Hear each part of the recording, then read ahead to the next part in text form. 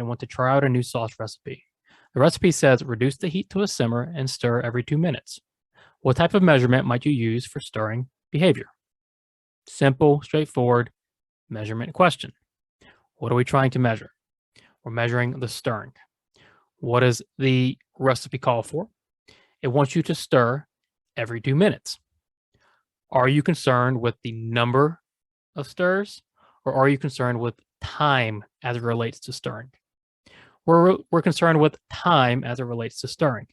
That's a key question to know when you're dealing with measurement questions. Am I dealing with responses? Am I dealing with time?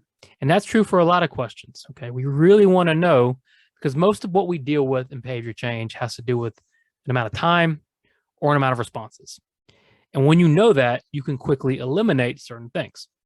So if we're dealing with an amount of time, we can clearly eliminate frequency. That's out. Also, we need to measure our behavior continuously, right? We need to, for the entire time we're simmering this sauce, we need to be measuring. So we can't use discontinuous, so we can't use partial interval. That leaves us with latency and inter-response time. Are you concerned with the time in between the sauce starting to simmer in your first stir, so the SD to the first response?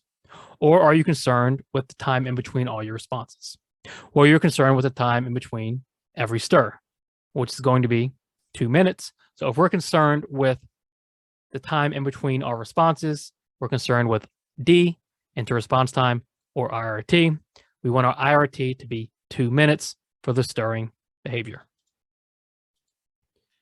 You're managing a team of 3 technicians. You write up a plan that involves them taking IRT data on the client's tantrum behavior and then finding the average. The first RBT sends you data that says the tantrums occurred, on average, 30 minutes apart. The second RBT sends you the same thing, so does the third. What does this data lack? So let's go through it. Data needs what? To be good, it needs 3 things. It needs to be accurate, it needs to be valid, it needs to be reliable. Accuracy implies our measurement is what actually occurred. In this case, the first RBT says the tantrums occurred on average 30 minutes. All the other RBTs say the same thing. Nothing tells us differently. We can assume this data is accurate. Validity involves measuring what you intend to measure. In this case, we intend to measure tantrums. The first RBT measures the tantrums, 30 minutes. So does the second RBT. So does the third. So reliability. Reliability says if you measure the same thing over and over again, okay, you're going to continue to get the same thing. Well, since we only have one instance of measurement from each RBT, but they're still all recording the same thing at the same rate, okay, we can't say reliability is not there. Based on our information, does this data lack anything? No. Based on our information, so far, this data looks pretty good. If all your RBTs are measuring what they're supposed to, and they're all getting the same measurement, that's usually a pretty good sign. Now, as a BCBA, you might want to go in, take your own measurement just to double check them because they could all be wrong. But based on this information, it seems like they're doing a pretty good job. So what does this data lack? None of the above. It's going to be D. This data is okay.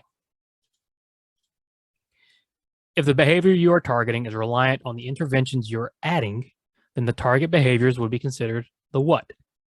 Okay, wordy little question here. So go slow. If the behavior you are targeting is reliant on the interventions you're adding, when you add interventions, are those interventions your independent variable or your dependent variable? The interventions you add will be your independent variable. Our dependent variable is going to be the behaviors or the outcomes. So our target behaviors are dependent on the interventions we're adding, right? They're the outcomes. The target behaviors are going to be our dependent variable, our DV. Now, a confounding variable is a variable that we didn't expect or didn't plan for, okay, that impacts, right, the outcome. If we're systematically adding and removing interventions, those are not confounds, those aren't extraneous, those are our variables we're controlling, those are our independent variables. And then again, a controlling variable is just going to be our independent variable. The dependent variable, or the outcome, some might say, is reliant on these IVs, so the target behaviors are considered the B dependent variable. One defining characteristic of single subject experimental designs is the fact that participants serve as their own control. What do we mean by serving as their own control? On the task list, the new task list, it specifically says understand characteristics of single subject design. They're stressing that you need to know what are single subject designs, not just multiple baseline, not just withdrawal, but why? Why do we use them? All right. Things like predictions, right, and verifications, and other characteristics like the participants serving as their own control. So when we say that, when we say our participants are serving as their own control, what do we mean? What do we mean by that? A, what we do to one participant will begin to affect another participant. So in single subject, we're not really looking for that. Okay. We're looking for that one participant, the IV and the DV, okay, being isolated to that one participant's design. So think about a withdrawal design. We go A, B, A, B on one participant. On a multiple baseline design, we're going to intervene on one client while we take baseline on the others. And we don't want, okay, that baseline to change as we're intervening on the other clients. We're trying to avoid that, okay? They're acting as their own control. So B, we compare results across all participants. Not typically, right? We're really looking at the results from that one individual subject, single subject. Now, you can do single subject designs with multiple participants, but you're still really comparing the results of that participant to their own previous data. So we're taking baseline on that one participant. We're comparing future data to that baseline data on that single subject. So C, we compare the results of a participant to their own previous data, is what we best mean by serving as their own control. And then D, we must use at least 3 participants in our experimental designs. Nope, that's one of the beauties of it. You can run a single subject design with one person, right? A withdrawal design, you only need one participant. Changing criterion design, one participant. But they act as their own control, meaning you compare the results of that participant to their own previous data. You're providing supervision to an RBT at your clinic. You develop feelings for the RBT and want to ask them on a date. Before you can ask them out on a date, what must you do? This is ripped straight from the ethical code. I don't ask you to memorize the ethical code for your exam. I don't recommend doing that. You do need to be familiar with some of these stipulations, though, okay? What's important and what's not is pretty obvious on the ethical code. And if you get a hang of what they're implying, it becomes pretty straightforward, but you have to review it, okay? In this case, we're talking about RBTs. We're not talking about stakeholders or clients. The rules are different for dating RBTs and supervisees and dating clients. With RBTs, before you can ask them out on a date, if you're supervising them, what do? A, you're not allowed to ask them out on a date. That is not true. Now, the rules say that if you previously dated an RBT, you need to wait at least 6 months after your relationship ends to provide them supervision. In order to date a client, you need to wait 2 full years, but that's not the case for a supervisee. So B, you must terminate supervision and report yourself to the BACB. Yes, you must terminate supervision, but do you need to report yourself? No. The BACB is not worried about that. They're worried about you supervising someone you're dating. As long as they're not your supervisee, the BACB doesn't need to know, right? C is a better answer. You just terminate supervision. If you want to date them, you need to terminate supervision immediately. Not until you terminate supervision can you date them. C is a better answer than B. And then D, nothing is just a date, and you're not yet in a relationship with the RBT. Same thing with our clients. We need to avoid professional and personal relationships, especially if you're providing supervision. Conflicts of interest, dual relationships, ethical concerns all come into play. We have to avoid it. If you want to date them, you must terminate supervision.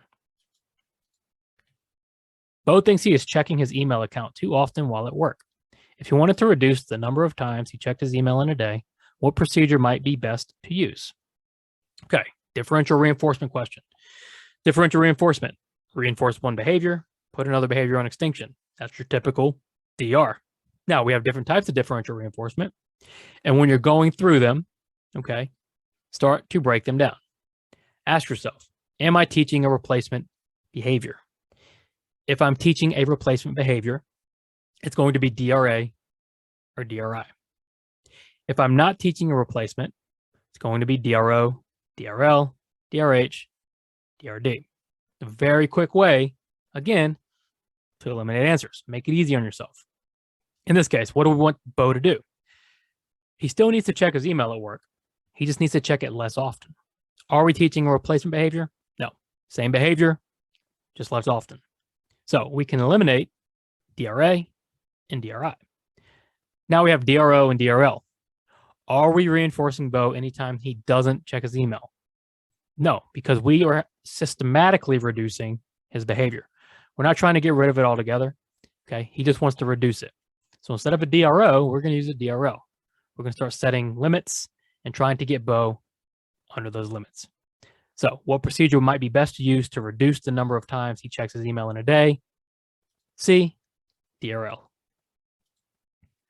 A client engages in constant self-stimulatory activity. Each time the client flaps their hands, the BCBA makes a tally mark. The BCBA is recording what each time she makes a tally? Actually, a pretty easy question if you know your vocabulary. If not, it could get a little confusing. What are we concerned with? We're concerned with what the BCBA is recording. Based on the question, it says the BCBA is recording each time the client flaps their hands. What is the behavior? The behavior is self-stimulatory activity. Each instance of this behavior, this flapping their hands, is going to be what? Is that a behavior or a response? Each time they flap their hands, each tally mark indicates a response. Okay. The behavior is what is occurring. A response is each individual time that behavior happens. Now, that might seem unimportant, but it is. It is important. They want you to know that on the exam. We typically use behavior and response interchangeably, but they really are different. Each time the client flaps their hands, it's a response. Hand flapping is the behavior. It's obviously not an interval or the latency. Those don't make any sense. Okay. You have to know the difference between a behavior and a response. A response is just many instances of a behavior. Choice below is considered a type of stimulus class, except for what? Stimulus class. What is a stimulus class? So we have response classes and we have stimulus classes. Response classes are a set of responses that serve the same function. Stimulus classes are a set of stimuli that share similar characteristics. When we deal with stimuli classes, we're dealing with three types. We have formal.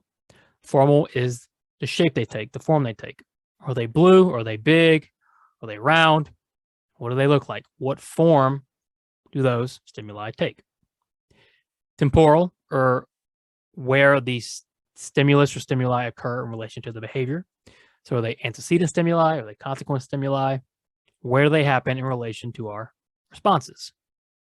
And then functional stimulus classes, okay, have the same effect on behavior. So our three type of stimulus classes are formal, temporal, and functional. Functional. Generalizable is not a type of our stimulus class, okay? You have to know these. You need to know formal, you need to know temporal, and you need to know functional. You need to know what they are, and you need to know they all involve a stimulus class. Based on the following situations, when would you not need to use shaping? Okay, we're looking for the best answer. This is why I included this. You always want to pick the best answer. Okay, you can't go in there and start fighting the test. The test is the test. Okay. When would you not need to use shaping? You need to find the best example of when we're not going to use shaping. There might be some answer choices here where you could say, well, you might not need to use shaping, but you might need to. We're looking for when would you not, okay? Don't fight the exam. A, you're teaching a cooking class. You tell the class, now watch as I chop this onion. If you want them to imitate, if you are their model, if you're trying to teach them to chop an onion, would you need to use shaping? Maybe, maybe not. It depends. The question wants to know, when would you not need to use shaping? If you're teaching a novel response, shaping might come into play. B, you're teaching a cooking class and your student accurately and precisely chops an onion. If the learner engages in the response correctly, do we need to shape that? B is less likely than A. The student is already accurately and precisely chopping an onion. They already have that response in their bag. Okay. Now you can always argue, well, what if we want to shape it more? Maybe, but compared to A, B is just a much better answer. Let's see C. You're teaching a cooking class. As you chop an onion, your class watches and tries to chop their own onion. Again, they're trying to chop the onion like you do it. You might need a shape. There's a better chance you're going to shape C than you are B. Again, B is still the best answer. D, you're teaching a cooking class. You want your clients to be able to chop a whole onion, but you only give them half an onion to start. D is actually the closest thing we have to shaping out of our answer choices. However, out of these four, what is the best case when you would not need to use shaping? Of course, it's going to be B. The student already has the desired response. They can already do it. No need to shape. Our answer here is